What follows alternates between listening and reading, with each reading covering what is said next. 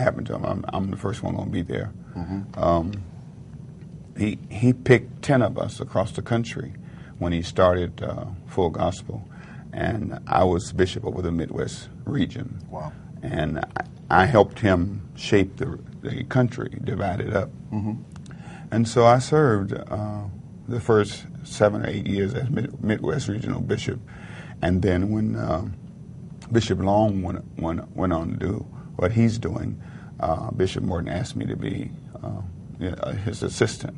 So I gave the region over, became his assistant. When it came to the point where I knew that I needed to pull back, we didn't fall out, I just wanted to talk to him.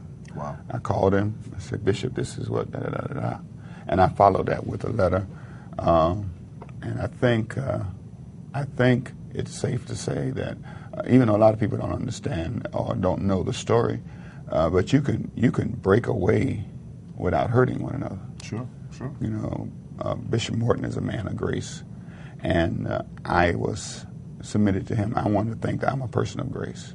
We prayed together every Saturday night for 10 years. Wow.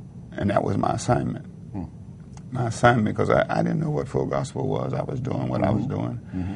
And he came and met with me one day and said, he flew to Chicago 3 times. Mm-hmm. He said, I can't finish my brochure until I get this last spot on the council field. Wow. And I asked the Lord, what should I do? And he said, the Lord said, go with him. It's going to be a great ride for you. And I did that, and I knew that my assignment was to cover him in prayer. I didn't know how long, but it's a dangerous thing, Kevin, when you got people around you who are not there to really help you. That's true. And I didn't see a whole lot of us really helping Bishop Morton, seeing the vision, keeping it in front of the people. Yeah. And so I took that as a personal passion and an assignment. I got to do this. Mm-hmm. And when things went, when we parted, I was, I guess, gone about 2 months or so. Mm-hmm. Then Bishop Ellis, J. Delano Ellis, who thought he was passing with cancer, asked me to take over United Pentecostal Churches of Christ. And because he was one of my mentors and fathers, I did that. And but I talked to Bishop Morton prior to doing that as well. Mm-hmm. And what do you think? And it's different in doctrine because they were oneness people or apostolic in nature, most of them. And Bishop Morton cautioned me about some things and kind of talked to me about, if I'm going to do that, make sure I do this, this, and this. And to me, it was a smooth transition. Mm-hmm. But, people took it as just a split. Sure. And to look back over it, man, I got some wonderful Bishop Morton stories. I can imagine. Yeah, well, of course. I love him, Yeah, I can imagine. But even that's a rarity that a leader would commission another leader to lead. Mm-hmm. We don't see that a lot. We really don't see enough of that, literally passing the torch, if you will, saying that I know you're leaving, I know you're going on to do something else, but do so in honor. And these are some things, some pitfalls and things to watch out for. And I think if you have been faithful, yes, sir, and committed and submitted, you don't have to go out the side door. That's good. Even from our local churches. That's good. I say to, when I released Vashan to come here, yes. I said to Vashan, you don't got to go to the side door. We're going to have a service and give you apostolic release and have Pastor Landers to come up and receive you. That's great. And I was trying to show people this is how it's supposed to be done. That's good. I wasn't going to stand in his way of an opportunity, or even with Rick, as we talked about. Sure. And when God opens a door for your son, yes, you're supposed to say, okay, as a father, I want him to do more than I ever did. That's a good look. Yeah. That's a good look. My dad did something similar. I remember when I came home and told him I was moving to California, he had basically had his car serviced and gave me his car because he knew that my car couldn't take the journey. Wow. And didn't really want me to leave, but that was his way of saying, I'm still believing that this is what you're supposed to do. Yeah. And this is what God has told you to do, so go for it. Let's talk a little bit about the illness. I'm sure that this has been a very trying time. I read the story because I know you personally. I know some things as well. But for a believer to be attacked in their body in such a way, what does that do to your faith? Does that shake your faith? You know, we preach it, we speak it, we pray it on others, but what does that do to you personally? It gives you an awareness and another level of appreciation. I mean, the doctors walked away from me twice. I don't know whether you know, I've had 2 angioplasties. I had 99% blockage to my heart. Wow. And I was preaching in California I was going to preach in California for Bishop Simmons. And fell out there. In Oakland? In Oakland. Yes. Fell out there, went to the hospital. My appendix had ruptured.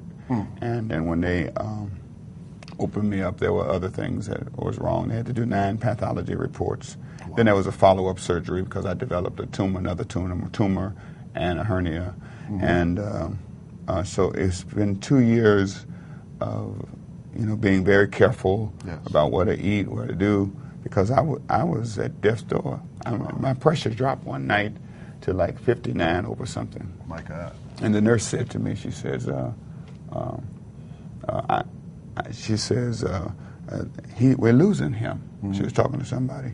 And I looked up and said, "You lie." She said, "How do you know? How are you speaking with your pressure like that? You're supposed to be comatose." Wow. I said, "No, ma'am. No, ma'am. I shall live and not die." Wow. Yeah, you just do what you do. The word. They brought in all of these different IVs, and they couldn't get my pressure back up. Yeah. And so I've had a lot of scary days like that, even in the second surgery. My platelets had been destroyed because I took aspirin over the years because of the heart.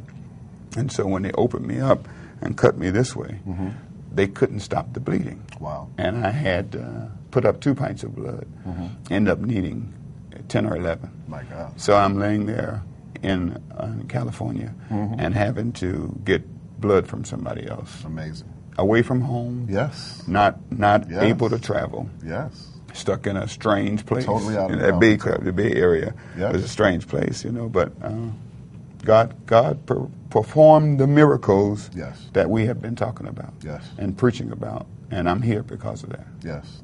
I often say that we reap, the word says we reap what we sow, but I add to it that we rarely reap where we sow. How has your church been beneficial in helping you even in this recovery season? I think the church understands, and I don't have a lot of scripture to back this up, and there probably is more in the scriptures, but I think the church understands. One of the principles that I've taught is that the gift that you operate in would be the gift that you were challenged in. Wow. So every time, and I've had 10 surgeries in my lifetime. Wow. Knee replacement, you're going down a list. Sinus reconstruction. And I asked the Lord, why am I sick? Why am I sick? Why do I have to go back to the hospital? And my answer was that because you do so much healing and deliverance ministry, you needed to be challenged in those areas. Yes. And it's amazing. Yeah. I mean, we prayed in Africa and saw children with their legs twisted like that and finished praying for them and they stand up. My God. And I said, God, is this a mantle that I'll wear? And I believe it's there, And so the church kind of followed with me and said, okay. So, for every first Sunday night is deliverance, serving, healing and deliverance service. But anytime in one of our services, I'll stop and pray for somebody. Wow. And they know it, and they bring people that's sick. We had a lady 2 weeks ago in a wheelchair, and they asked me would I go down and pray for her. I got to praying for her, and she was pushing the wheelchair. Amazing. And we don't see that much, No, we don't see those types of signs and wonders. No, just maybe in the Benny Hinn's meeting. For sure. Or not on a local church, For sure. Now, you mentioned Africa. You've gone over how many times? I can't count, Kevin. I guess over 12 times. South Africa, I still cover some churches there. We have a HIV/AIDS center in Adutwa, which is south of Cape Town. Zambia, Zimbabwe, Kenya, Nigeria, Ghana, Ethiopia, I'm missing somewhere else in there. Yeah. But we have a strong presence on the motherland. Wow. And it's a whole different world. Oh, I can imagine. I'm scheduled to go over, and I'm looking very much forward to it. Good. I'm looking very much. What country? I'm talking with people in the Congo right now, and there's one other region that I can't call. It starts with a Z. I can't think of the name of it right now. It escapes me. It's not Zimbabwe or Zambia. It's not those two. No, sir. No, sir. But very much looking forward to it. I have a great fan base over there. But I'm looking forward to just being able to impart to the people. Yeah. And share. Just be careful in the Congo. Okay. I'll help you with that. For sure. Yeah. For sure. Listen, we're going to take one more break. We're going to come right back. We got to talk about some of his entrepreneurial experiences. He's got records in the marketplace. He's got books in the marketplace. We're going to touch on that just a little bit, just as soon as we come back.